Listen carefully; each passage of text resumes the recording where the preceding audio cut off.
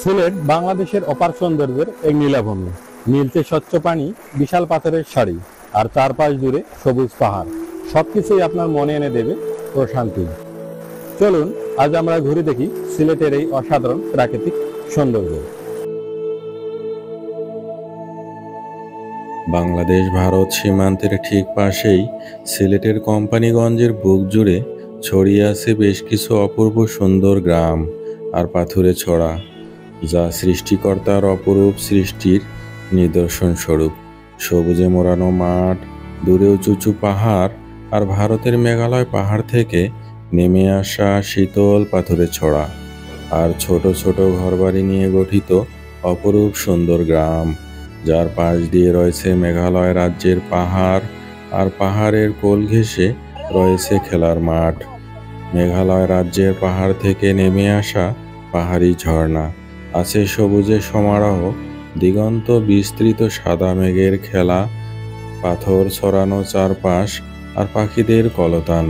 মুগ্ধ না হয়ে উপায় নেই। আজকে আমার ভ্রমণ যাত্রা শুরু হয় মহাখালী বাস টার্মিনাল থেকে। গন্তব্য সিলেটের উৎমাছড়া ও তরুণছড়া গ্রামে।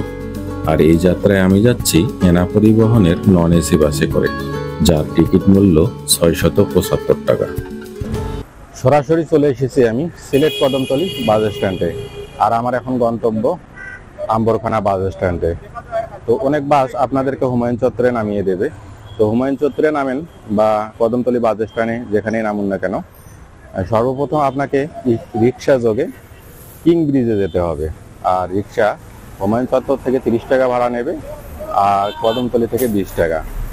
আর কিং ব্রিজটা আপনাদেরকে পায়ে হেঁটে পার হতে হবে। ওই পারে গিয়ে সিএনজি যোগে আপনাদেরকে আম্বরখানা বাস স্ট্যান্ডে যেতে হবে। আর পার পার্সন ভাড়া নেবে ১৫ টাকা করে। আমি এখন আছি আম্বরখানা বাস স্ট্যান্ডে। আর এখান থেকে বিআরটিসি দুইতলা বাস বা সাদা পাথর পরিবহন ভোলাগঞ্জ সাদা পাথরের উদ্দেশ্যে ছেড়ে যায়। আর সাদা পাথর পরিবহন মূলত ৭টা ৫০ প্রথম বাসটি এই আম্বরখানা বাস স্ট্যান্ড থেকে ছেড়ে যাবে ভোলাগঞ্জ সাদা পাথরের উদ্দেশ্যে। তো সাদা পাথরে যাওয়ার সময় আপনারা ভোলাগঞ্জে নেমে যাবেন। ভোলাগঞ্জে নামলেই কিন্তু লোকাল বাস করে আপনারা উৎমাছড়ার দিকে যেতে পারবেন। আর আমরা এখন ভোলাগঞ্জের উদ্দেশ্যে যাব। আর এখান থেকে ভোলাগঞ্জের ভাড়া নেবে ৭০ টাকা।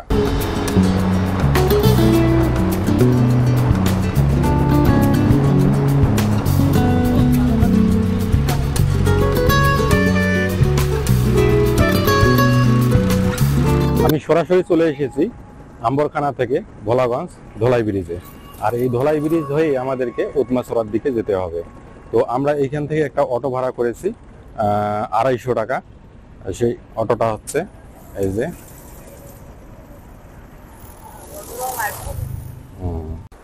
প্রিয় দর্শক, আমাদের গতকালকেই এই উৎমাছড়ায় আসার কথা ছিল, কিন্তু গতকালকে সারাদিন সিলেটে বৃষ্টি হওয়ার কারণে গতকালকে আমরা আসতে পারিনি। তো আজকে সকাল সকাল বের হয়েছি এই উৎমাছড়ার উদ্দেশ্যে। ফাইনালি আমরা এখন উৎমাছড়ায় অবস্থান করতেছি। তো গতকালকে বৃষ্টি হওয়ার কারণে ভারতের যে উৎমাছড়ায় পানিগুলো মূলত মেঘালয় রাজ্য থেকে আসে। আর ভারতে বৃষ্টি হওয়ার কারণে আজকে পানির স্রোতটা একটু বেশি। আজকে পর্যটকও একটু কম এসেছে। প্রতিনিয়তই নাকি এখানে পর্যটক আসে, তো আজকে একটু কম বৃষ্টি হওয়ার কারণে।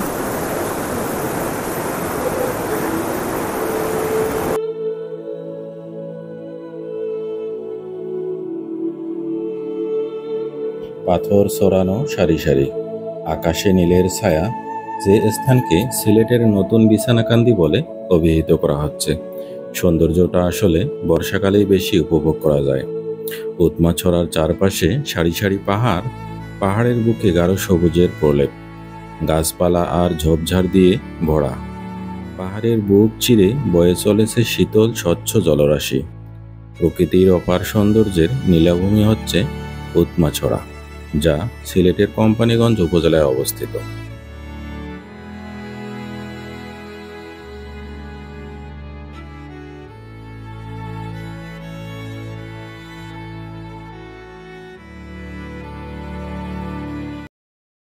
তো আমরা এখন যাব উৎমাছড়ার দিকে।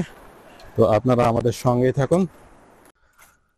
আমি চলেছি গ্রামীণ পথ ধরে, আর আমার সঙ্গে রয়েছে কি টুরিস্ট গাইড রিয়াজউদ্দিন আহমেদ। আমাদেরকে নিয়ে যাচ্ছে তুরুংছড়ার দিকে। আর অল্প কিছুক্ষণের মধ্যে মনে হয় আমরা তুরুংছড়া পৌঁছাবো। কোথায় যাচ্ছ তোমরা? তুরুংছড়া। বাড়ি এখানে? তুরুং বাড়ি এখানেই। তো আসো। প্রায় 15 মিনিট হাঁটার পরে আমরা উৎমাছড়া থেকে তুরুংছড়া গ্রামে এসে পৌঁছালাম। তো চলুন আমরা ঘুরে দেখি তুরুংছড়া গ্রামের প্রাকৃতিক সৌন্দর্যকে। তরুণছড়া মূলত একটি পাহাড়ি ঝর্ণা ও তার পার্শ্ববর্তী গ্রাম, যা বাংলাদেশের সিলেটের কোম্পানীগঞ্জ উপজেলার উত্তর রনিখাই ইউনিয়নে অবস্থিত। পর্যটকদের কাছে এটি একটি জনপ্রিয় গন্তব্য, যেখানে উঁচু পাহাড়, সবুজের সমারোহ এবং স্বচ্ছ জলের ঝর্ণা দেখা যায়। আর গ্রামের পাশ দিয়ে রয়েছে মেঘালয় রাজ্যের অপূর্ব সুন্দর পাহাড়। পাহাড়ের বুক চিরে নেমে এসেছে স্বচ্ছ শীতল ঝর্ণার পানি, যা তরুণছড়া গ্রামের সৌন্দর্যকে আরো বাড়িয়ে তুলেছে।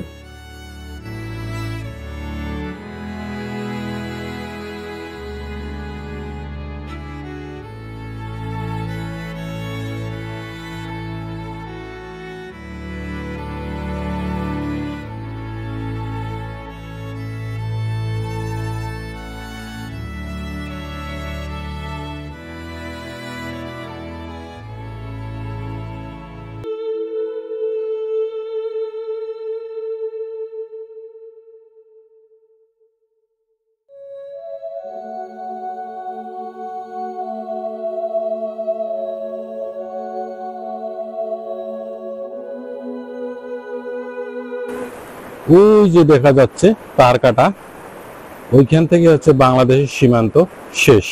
আর ওই পাশটায় হচ্ছে ভারতের মেঘালয় রাজ্য। ওইখানে কিছু পর্যটক এসেছে, ওরা ওইখানে গোসল করতেছে। একটা অসাধারণ ভিউ। আজকের আকাশটা অনেকটা পরিষ্কার এখন বিকেলের দিকে।